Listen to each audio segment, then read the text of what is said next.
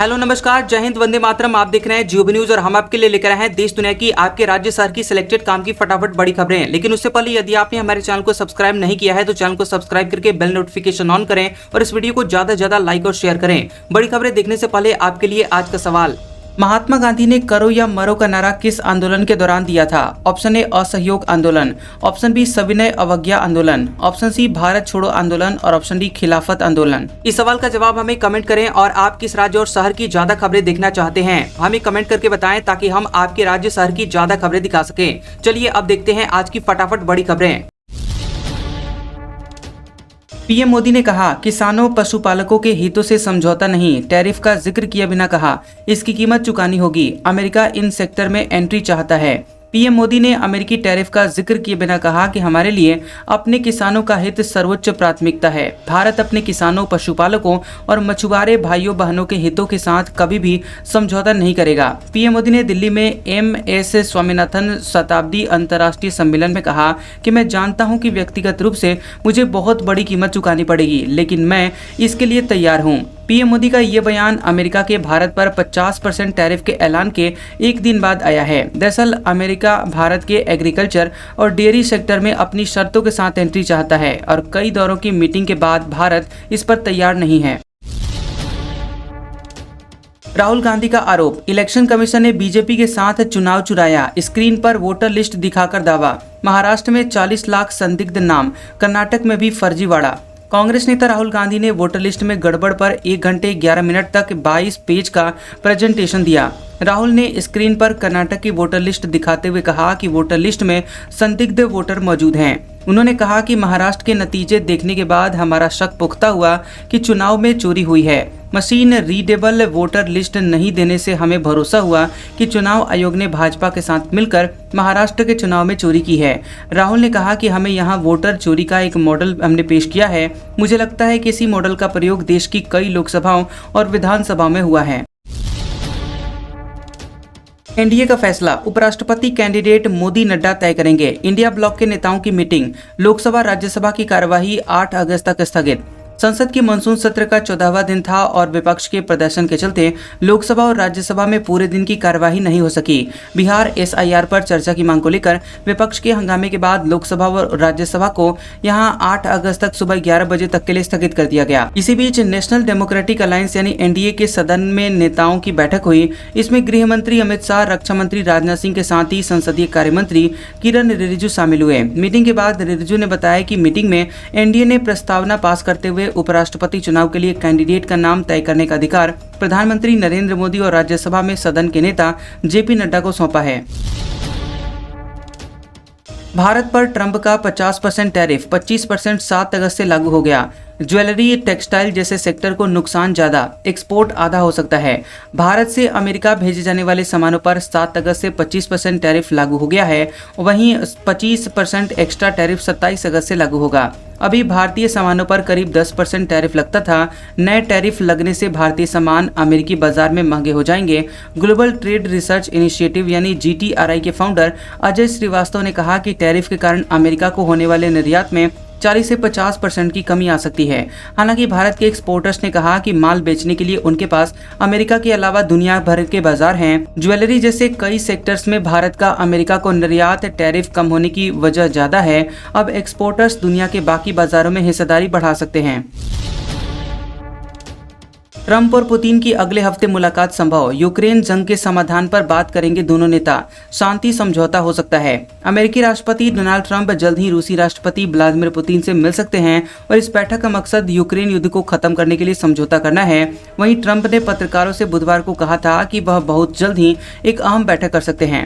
White house की press सचिव Caroline Leavitt ने बताया कि यहाँ रूस ने ट्रंप से मुलाकात की इच्छा जताई है। ट्रंप, पुतिन और जेलेंस्की दोनों से मिलने को तैयार हैं। वाशिंगटन पोस्ट की रिपोर्ट के मुताबिक ये बैठक अगले हफ्ते हो सकती है और फिलहाल इसके लिए जगह तय नहीं हुई है। अमेरिका और रूस के राष्ट्रपति आखिरी बार जून 2021 में मिले थे। उस वक्त तत्कालीन अमेरिकी राष्ट्रपति जो बाइडेन और पुतिन ने जिनेवा में मुलाकात की थी। पाक आर्मी चीफ मुनीर इस हफ्ते अमेरिका जाएंगे। 2 महीने में दूसरा वाशिंगटन दौरा, राष्ट्रपति ट्रंप से मुलाकात संभव। पाकिस्तान के आर्मी चीफ फील्ड मार्शल असीम मुनीर इस हफ्ते अमेरिका के दौरे पर जाएंगे। वह सेंट्रल कमांड के नए प्रमुख की नियुक्ति समारोह में शामिल होंगे। ये 2 महीने में उनकी अमेरिका की दूसरी यात्रा होगी। इससे पहले वे 14 जून को वाशिंगटन डीसी में अमेरिकी सेना की 250वीं वर्षगांठ के जश्न में शामिल हुए थे। इसके अलावा मुनीर ने राष्ट्रपति ट्रंप के साथ व्हाइट हाउस में 2 घंटे की लंच मीटिंग की थी। ये बैठक बंद कमरे में हुई थी और यह पहली बार था जब किसी अमेरिकी राष्ट्रपति ने पाकिस्तान के आर्मी चीफ की मेजबानी की। मुनीर ने ट्रंप को मई में भारत और पाकिस्तान के बीच संघर्ष रुकवाने का क्रेडिट दिया था और इसके साथ ही ट्रंप को नोबेल पुरस्कार के लिए नॉमिनेट भी किया था। राष्ट्रपति पुतिन इस साल के आखिर में भारत आएंगे। एनएसए अजीत डोभाल ने पुष्टि की। यूक्रेन वॉर के बाद पहला भारत दौरा। रूस के राष्ट्रपति व्लादिमीर पुतिन इस साल के आखिरी हफ्ते में भारत दौरे पर आ सकते हैं। रूसी न्यूज एजेंसी तास के मुताबिक ये जानकारी भारत के राष्ट्रीय सुरक्षा सलाहकार अजीत डोभाल ने दी है। डोभाल ने रूसी रक्षा मंत्री सर्गेई शोइगु से मुलाकात में कहा कि अब हमारे बहुत अच्छे रिश्ते बन गए हैं जिनकी हम कदर करते हैं। हमारे देशों के बीच एक मजबूत साझेदारी है और हम हाई लेवल पर बातचीत करते हैं। हथिनी विवाद। वनतारा ने कहा, शिफ्टिंग कोर्ट के आदेश पर हमारे फैसले से जैन समुदाय या कोल्हापुर वासियों को दुख पहुंचा तो हम माफी मांगते हैं। बता दें कि कोल्हापुर जिले के नांदनी गांव के जैन मठ की हथिनी माधुरी को शिफ्ट करने के विवाद पर वन्यजीव संस्था वनतारा ने बयान जारी किया। इसमें कहा गया है कि हथिनी माधुरी को वनतारा शिफ्ट करने का फैसला उसका नहीं था, बल्कि ये माननीय सुप्रीम कोर्ट और बॉम्बे हाई कोर्ट के आदेशों के तहत हुआ। वनतारा ने कहा कि कोर्ट के निर्देश के मुताबिक उनकी भूमिका माधुरी की देखभाल, पशु चिकित्सा सहायता और अस्थायी पुनर्वास तक ही सीमित थी। उसने न तो माधुरी को शिफ्ट करने की कोई सिफारिश की और न ही इससे जुड़ा हुआ कोई फैसला लिया। अगर हमारी किसी बात, निर्णय या प्रक्रिया से जैन समुदाय या कोल्हापुर वासियों को दुख पहुंचा है तो उसके लिए मन से माफी मांगते हैं। हरियाणा के जेलों में मिले मोबाइल की एसआईटी करेगी जांच। काला राणा केस की अलग से होगी जांच। जेल डीजी बोले, संलिप्त कर्मचारियों को छोड़ेंगे नहीं। हरियाणा की 5 जेलों में 23 मोबाइल फोन मिले। इसको लेकर जेल प्रशासन में हड़कंप मचा हुआ है। डीजी जेल आलोक राय ने इस मामले की जांच के लिए एसआईटी का गठन किया है। हालांकि उन्होंने मोबाइल की जांच के लिए स्टेट क्राइम ब्रांच से कराने का आग्रह किया है। इस मामले में स्थानीय पुलिस की ओर से 21 एफआईआर दर्ज की गई है, जिसकी जांच अब स्टेट क्राइम ब्रांच की एसआईटी करेगी। सूत्रों की माने तो स्थानीय पुलिस की जांच प्रक्रिया सही नहीं होने से जेल विभाग ने क्राइम ब्रांच से जांच कराने का फैसला किया है। जेल डीजी आलोक राय की ओर से साफ कहा गया है कि मोबाइल प्रकरण में यदि जेल का कोई भी अधिकारी या फिर कर्मचारी संलिप्त पाया जाता है तो उसके खिलाफ सख्त कार्रवाई की जाएगी। पंजाब में 5 साल बाद भाजपा गांव में करेगी एंट्री। लैंड पूलिंग पॉलिसी के विरोध में निकालेगी यात्रा। किसान आंदोलन से बनी थी दूरी। बता दें कि पंजाब में 3 कृषि कानूनों की वजह से 2020 में बीजेपी से राज्य के किसानों में नाराजगी पैदा हुई थी। इस वजह से उनका शिरोमणि अकाली दल से गठबंधन भी टूट गया था। भले ही इसके बाद हुए चुनाव में बीजेपी का वोट प्रतिशत बढ़ा हो, लेकिन सीटों में कोई फायदा नहीं हुआ। लेकिन 5 साल बाद अब बीजेपी पंजाब सरकार की लैंड पूलिंग पॉलिसी के विरोध में उठ रही आवाजों के सहारे गांव में अपनी एंट्री करने जा रही है। बीजेपी ने किसानों को साधने के लिए जमीन बचाओ किसान बचाओ यात्रा शुरू करने का फैसला लिया है। यह यात्रा 17 अगस्त को पटियाला से शुरू होकर 7 सितंबर तक चलेगी और सभी 23 जिलों होकर पठानकोट में समाप्त होगी। हिमाचल में हेली टैक्सी से मणिमहेश यात्रा। हेलीपैड के इंस्पेक्शन को दिल्ली से आएगी डीजीसीए की टीम। 16 अगस्त से शुरू हो रही है यात्रा। बता दें कि उत्तर भारत की पावन एवं पवित्र मणिमहेश यात्रा के लिए हेली टैक्सी सेवा शुरू करने के लिए डीजीसीए नागरिक उड्डयन महानिदेशालय की टीम भरमौर पहुंची है और डीजीसीए की टीम भरमौर और गौरीकुंड स्थित हेलीपैड का निरीक्षण करेगी। इसके साथ ही हवाई उड़ानों की स्थिति का भी जायजा लेगी। निरीक्षण के बाद केंद्रीय टीम अपनी रिपोर्ट नागरिक उड्डयन महानिदेशालय को सौंपेगी। इस रिपोर्ट के आधार पर डीजीसीए भरमौर से मणिमहेश यात्रा के दौरान हेली टैक्सी सेवा की अनुमति प्रदान करेगा। आसाराम की अंतरिम जमानत 21 अगस्त तक बढ़ाई गई। मेडिकल आधार पर गुजरात हाईकोर्ट का आदेश। गुजरात हाईकोर्ट ने आसाराम की अंतरिम जमानत 21 अगस्त तक के लिए बढ़ा दी है। आसाराम को सूरत में 2013 के दुष्कर्म मामले में गांधीनगर की सेशंस कोर्ट ने दोषी ठहराया था और वह इस समय उम्र कैद की सजा काट रहा है। इससे पहले 3 जुलाई को हाईकोर्ट ने 1 महीने की जमानत दी थी। उस समय आसाराम के वकील ने कोर्ट को भरोसा दिया था कि वे आगे जमानत बढ़ाने की कोई मांग नहीं करेंगे। हाईकोर्ट ने भी साफ कर दिया था कि भविष्य में मेडिकल कारणों से जमानत की अर्जी स्वीकार नहीं की जाएगी। इन सब के बावजूद आसाराम बापू ने फिर से जमानत के लिए अर्जी लगाई और ये अर्जी उस अपील में लगाई गई है जो उन्होंने अपनी सजा के खिलाफ दायर कर रखी है। राहुल गांधी बोले, ट्रंप का 50% टैरिफ इकोनॉमिक ब्लैकमेल। बेहतर होगा कि मोदी अपनी कमजोरियों को जनता के हितों पर हावी ना होने दें।